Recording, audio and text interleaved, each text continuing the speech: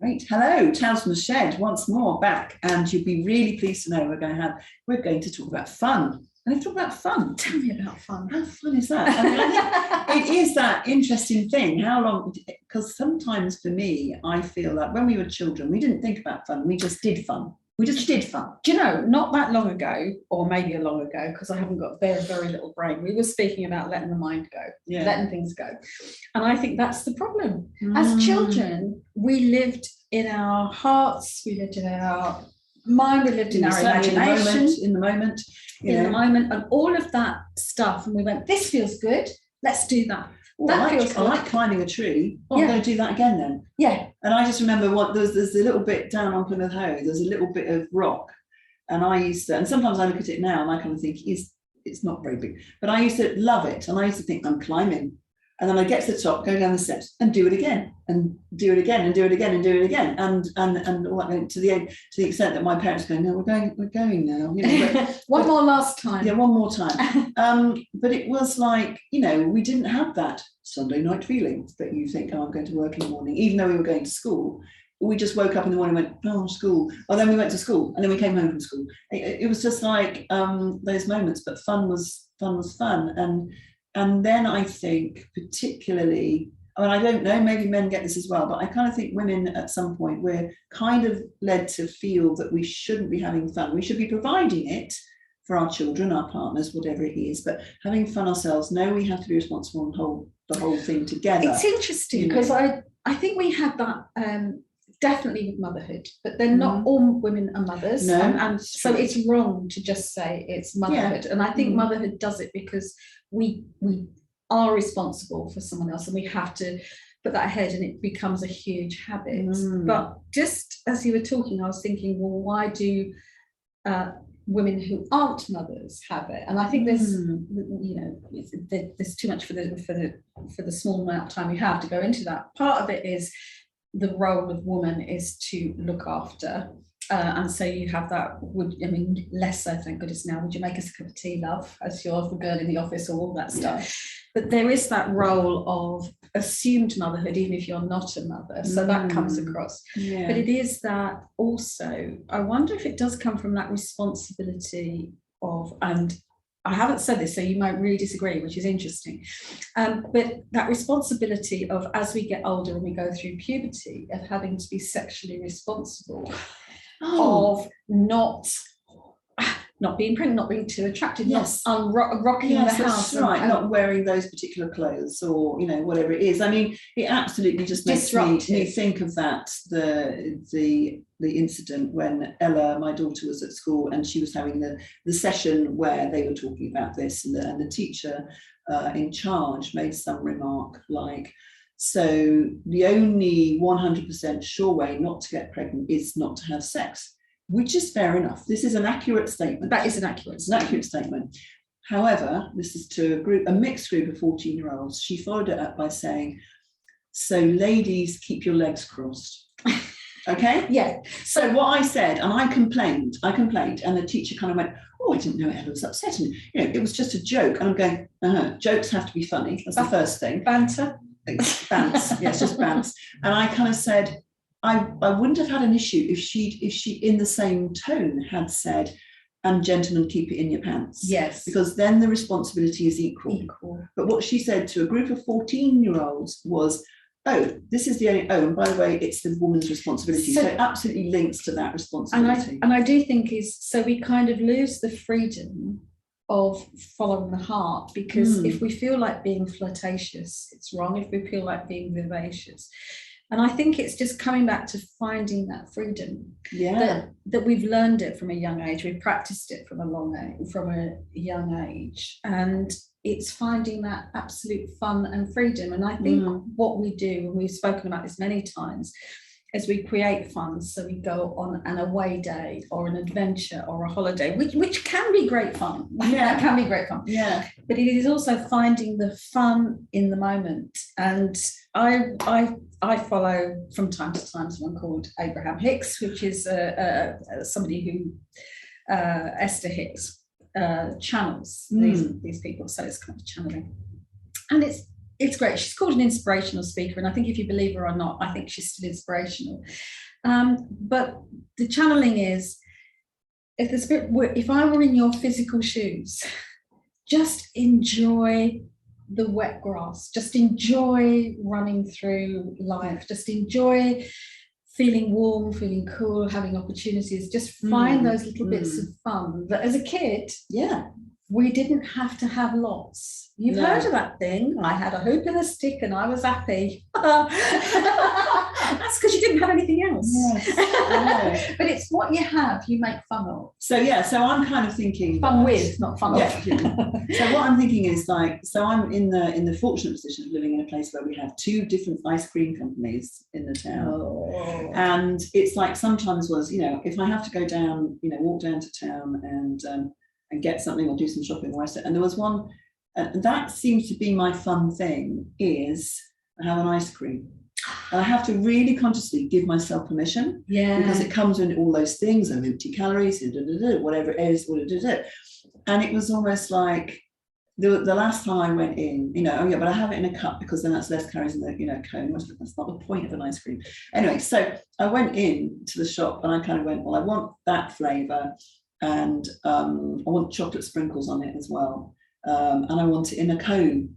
I want it in a cone because that's the experience of having an ice cream. It is. Extra naughty but fun. And I just got to sit on the quay and look at the, keep it protected from the seagulls, whatever. But it was just like I could just sit there in the sun and have an ice cream. So just that moment of, and to me, it's not active fun, but actually it's fun because it was that thing that you did, And I think it's just, it is that power of the moment, the power of I'm just living, I'm just following my instincts. And if you'd had 25 ice creams, you wouldn't be 25 times as happy. No. It is just like, no, I don't need an ice cream to make me happy, but right now, that would be fun.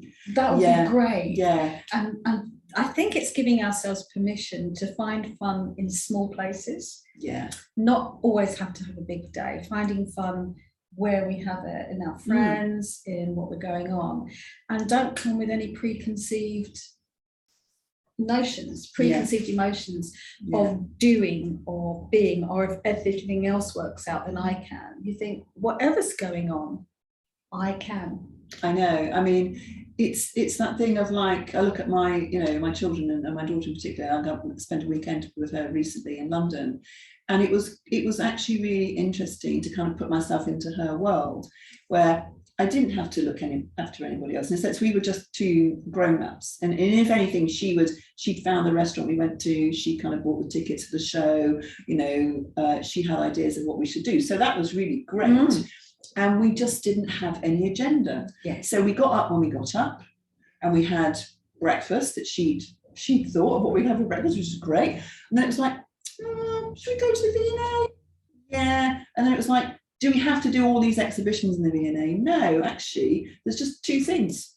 She said, well, I just want to go and do that. I went, well, I just want to go and see that. So we did that. And then there was a place, interestingly enough, in London, they've started doing hot chocolate cafes. Oh, right. And you can choose, so away from a coffee house, now it's a hot chocolate.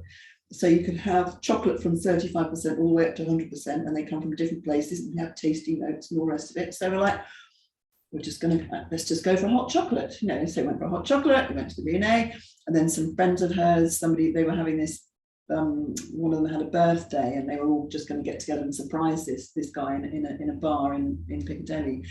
And she said to her, I've got my mum. Oh yeah, bring your mum with you. And so we just went, and then we just spent the afternoon drinking cocktails. See, life is it relatively short. Yeah. And I think instead of thinking, I've got to have fun this weekend, it's got to be doing, it's got to be good. It's almost like if we allow it to unfold, I think we have an awful lot more feedback from it. Yeah. Really, and then the only thing we did on the Sunday was we just got up, and it was almost like we made an excuse to go to, she wanted to show us the little coffee place that's the end of her road. She just moved out. So we just went and had a drink out there, which I kind of think, I often think that going to a cafe, and we often do it in town, walk down to town and have a coffee, have a drink out. My parents would have thought I was barking. I know, my mum never went anywhere without a flask. But the fact is, you walk out of your house, to go and do that 7 minutes, and you go and you go and pay for a cup of tea, which you could basically do at home with a tea bag in a bit of hot water, but it's something about that other experience. And I think that's it, because if you keep judging it, and we've been talking about mind and things like that, but if we keep making sense of it, you can end up absolutely, can I live without it? I did have one of my mum's friends used to have that thing, and before she said anything, it was like, can I live without it? That was her mantra. Can I live without it?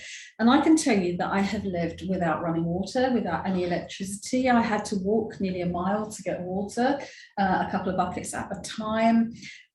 You can live without just about most things, but it's really nice to turn it down. Yeah. And I can live without electricity. I can live without all of these things. I can live without heat. I can live without, I need some level of warmth. So I only need 2 changes of clothes. It takes you hours to do any washing, because you have to gather all the water, then you have to heat some of the water, then you have to, and it just takes ages. And of course you can live without it, but there's nothing better than getting up in the morning thinking, washing machine. I know. And that whole thing about fun, I think we've kind of had it a bit battered out of us over the last 2 years. Because in order to have anything, like you had to justify having exercise, you had to justify, then you weren't allowed to talk to anybody inside, or you weren't even allowed to meet anybody outside. So all of the things that we would normally think of kind of casual fun, that was all just stripped away. And it's almost like we've lost the habit of it a bit.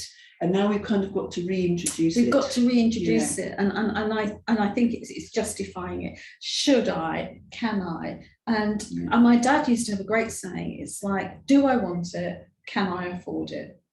And he used to say, not can I find that, have I got so much money that I'll be able to do that? It's like, do I want a coffee? Coffee's £3. I have £3 in my purse. It wasn't, have I got £10 in my purse so I can do my £3? And he said, can I afford it?